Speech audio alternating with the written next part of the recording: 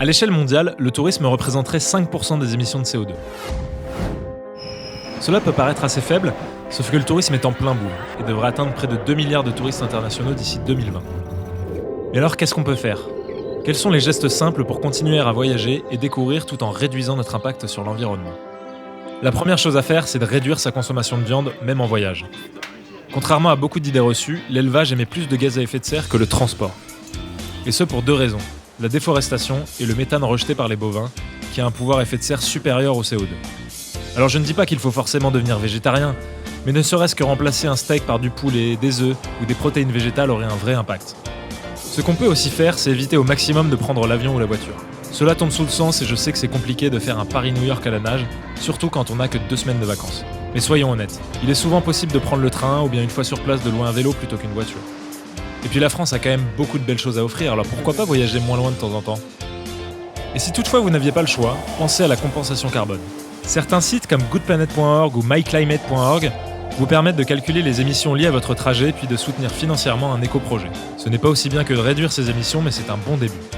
Choisir des logements éco-responsables peut également avoir un vrai effet positif. Pourquoi pas loger chez l'habitant ou faire du couchsurfing ? Cela réduira non seulement votre impact, mais vous permettra aussi une expérience bien plus riche. Et si vraiment vous voulez être tranquille dans un hôtel, veillez à bien choisir des établissements labellisés. Consommer localement, c'est d'abord une meilleure immersion culturelle, mais aussi un bon moyen de réduire votre impact environnemental. Plutôt qu'un Coca ou un McDo, pourquoi pas faire un tour au marché ou s'asseoir dans un petit restaurant typique ? Évitez les activités polluantes. Je ne vais pas vous mentir, j'ai déjà fait du jet ski ou de la motoneige, mais honnêtement, je n'en referai plus. La prochaine fois, ce sera kitesurf et chien de traîneau, et je vous jure qu'on se marre tout autant, voire plus. Évitez les attractions irrespectueuses envers les animaux. Se promener à dos d'éléphant ou nager avec des dauphins, sur le papier, c'est vraiment tentant.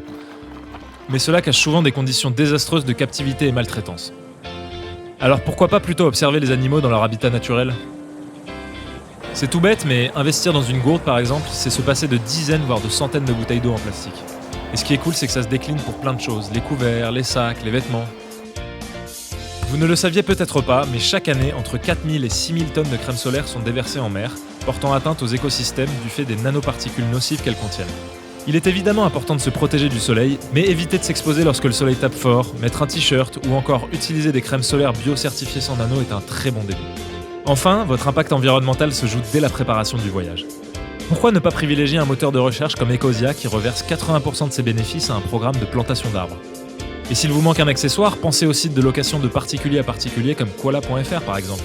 Cela permet de moins consommer et de faire des économies.